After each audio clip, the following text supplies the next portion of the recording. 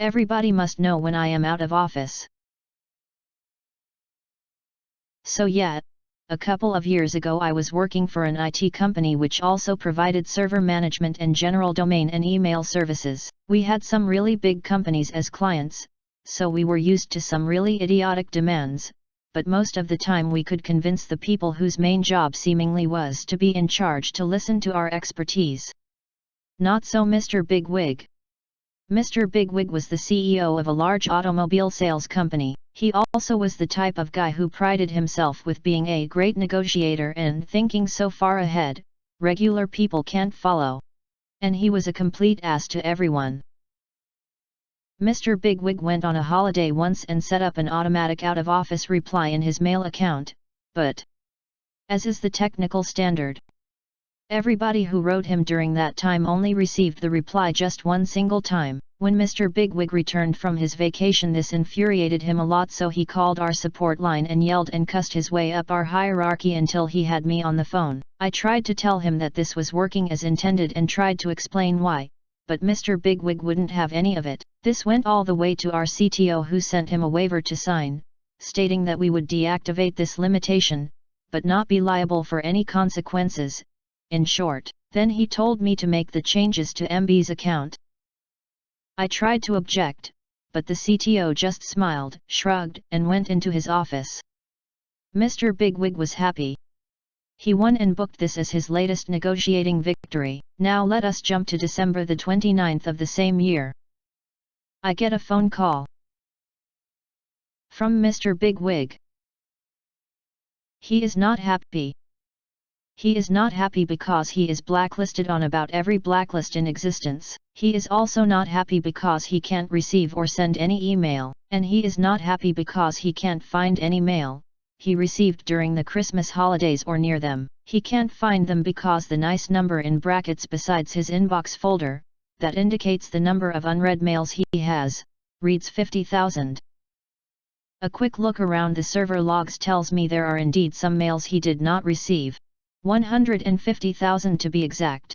They are still pending delivery because his inbox is full. He is also not happy because he is the laughing stock of everybody he ever respected. Now let me guide you as the reader to the bottom of this. What you don't know, and we also did not know at the time, is Mr. Bigwig was member of a very exclusive group of business owners, CEOs, and high-ranking politicians around the globe. The kind of people you would imagine sitting around a large oak table, smoking cigars, drinking €200 whiskey, and discussing world dominance.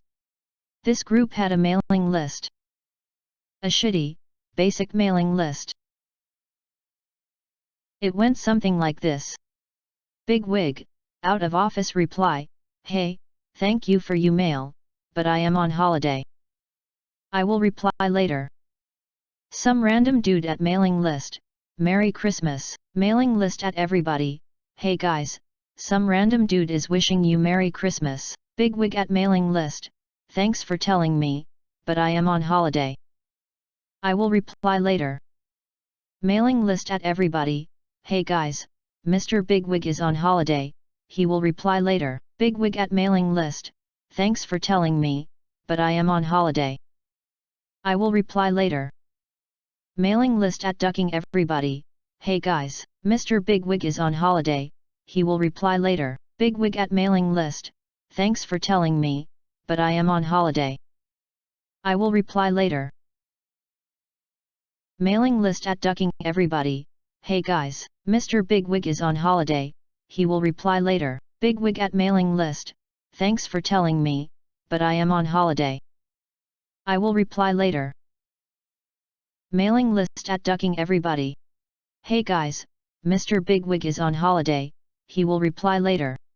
Repeat until the servers give out. So, B. Diddy was not the only one who had thousands and thousands of mails in his folder. All his fancy pants networking contacts had too. Mr. Bigwig raged hard at everyone who was brave enough to get on the phone with him, threatened to sue us for millions of euros and to end us as a business. We finally put him through to our founder, who listened to his rant and told him he would send him a solution within the next 10 minutes.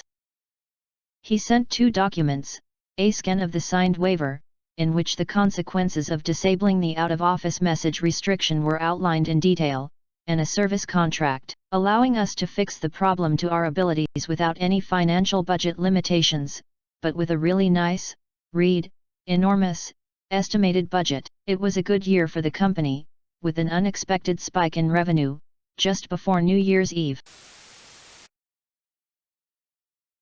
Now to the comments. Yeah. I got to do this once.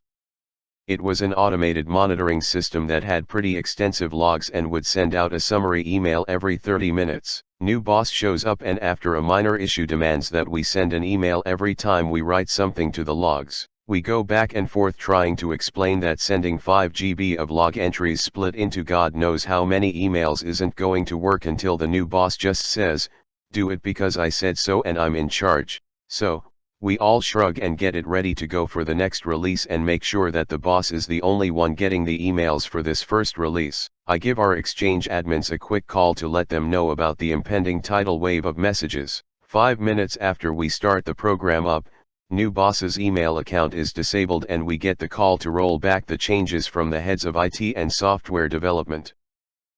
After that, every change new boss would propose had to get approved by the head of software development. When I was running the Exchange environment for a largish company, some guy somewhere insisted on all events for some monitoring system somewhere be mailed to his team's DL. Not alerts, not warnings. All events. Events are logged every couple seconds. I make them go through change board which meets every week. I say this is a bad idea, you don't want to do this. The guy says no, we need this. This is critical. I argue you shouldn't generate a mail unless there is some action that is required. The guy says no, his team must be informed at all times about the state of their stuff. Okay. They finally push it through change board, which BTW meets once a week. I walk over to their area and say okay, here you go, and light things up for them to push mail. Some of the people on that team had mail set to actually beep on their phones, and they just start blowing up. I kinda chuckle and say okay, looks like it is all working and walk back to my office. By the time I am back at my office they are calling me on the phone to ask for larger mailboxes because their new mail notifications blew up all their mailboxes.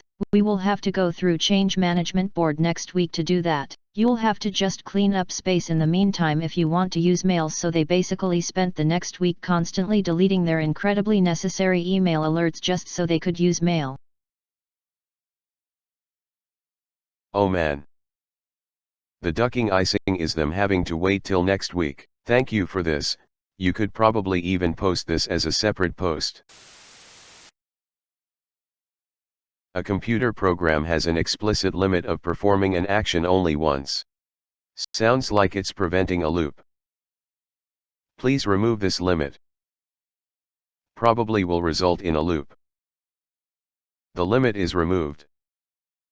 A loop results. I'm pretty sure even if you told him this, the guy wouldn't understand it. High-level people think that they know everything but complain when something they assume is wrong is correct. People underestimate the literalness of computers. No human, even the most simultaneously dumb and stubborn one ever, would send 200,000 emails to a person one at a time. But a computer will systematically and unstoppably do that exact thing if you tell it to. He's imagining a more human behavior of sending his out-of-office email to each person that emails him, once per email. That's pretty overkill on its own, but I'm sure it appeals to his sense of self-importance. But this isn't an instruction he left with an overzealous, human, executive assistant. No. He told a computer to do this. MMMM. I love a good story of big man is an ass douche and wants it his way. We give him exactly what he wants and now he's in shambles. Would an ass douche just be an enema? I agree, Mr. Bigwig sounds like a total enema. Enema of the state. /r/Tales from Tech Support would like this. I thought I was in r/Tales from Tech Support until I read your comment. OP replied. Posting it there would now technically be a repost, wouldn't it? Hesitant to do so, smiley. Founder and CTO reeled that one in. Hi duck and 5 to them. OP replied. Technically they were also the ones who got the bonuses, great guys to work with and definitely quick on their mental feet. Well deserved, I say. Did you guys already have a waiver, or did your boss think to draft one on the spot? A tip/FYI for those that need more replies than the standard one-time only exchange does. We use it in our office. It resets the out-of-office message at 12:01 a.m. every day. You will only send one reply per address per day, instead of the default for exchange, one reply and then no more until the out-of-office has been reset. Someone is out of the office for 6 months, better remember their auto-reply from 3 months ago because you aren't getting another reminder. That's what my office has. Personally, I think one day is a little too short. If my coworker's out for a week, I don't need to get reminded 5 times, maybe once every 3 days or every week. It could be configured for that. We find daily works best for our needs. Mostly for clients that email us, not internal reasons. Eliminates those, but I sent an email to your assistant about that yesterday. Issues when they ignore/forget the out of office message they received 2 days ago.